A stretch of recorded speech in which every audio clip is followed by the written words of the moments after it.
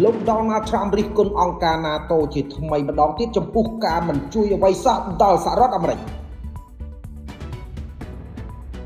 V-Active មោទកភាពភេសជ្ជៈកីឡាដំបូងគេរបស់ប្រទេសកម្ពុជាបំពេញនិងរក្សាជាតិទឹកបានល្អហើយឆាប់រហ័ស ប្រធានាធិបតីអាមេរិកលោក Donald Trump បានរិះគន់អង្គការ NATO ជាថ្មីម្ដងទៀតចំពោះការមិនជួយអ្វីសោះដល់សហរដ្ឋអាមេរិកដោយលើកឡើងថា NATO មិននៅទីនោះទេនៅពេលដែលយើងត្រូវការពួកគេហើយពួកគេមិននៅទីនោះទេប្រសិនបើយើងត្រូវការពួកគេម្ដងទៀតការកត់សម្គាល់របស់លោកបានកើតឡើងនៅពេលដែលប្រធានអង្គការ NATO លោក Mark Rutte បានមកដល់ទីក្រុង Washington សម្រាប់ដំណើរទស្សនកិច្ចមួយដែលមានគោលបំណងជួសជុលសម្ព័ន្ធភាពឆ្លងកាត់មហាសមុទ្រអាត្លង់តិកដែលកំពុងដួលរលំនៅក្នុងសារលើបណ្ដាញសង្គម Truth Social បន្ទាប់ពីការសន្ទនាជាមួយលោក Mark Rutte នៅសេចក្ដីវិមានលោក Donald Trump ក៏បានឲ្យដឹងផងដែរថាចងចាំថាតំបន់ Greenland ជាបំណែកទឹកកកដ៏ធំមួយនិងមិនដំណើរការនោះទេថ្លែងទៅកាន់កាសែត CNN លោក Marute បានទទួលស្គាល់ថាលោក Donald Trump ច្បាស់ជាខកចិត្តចំ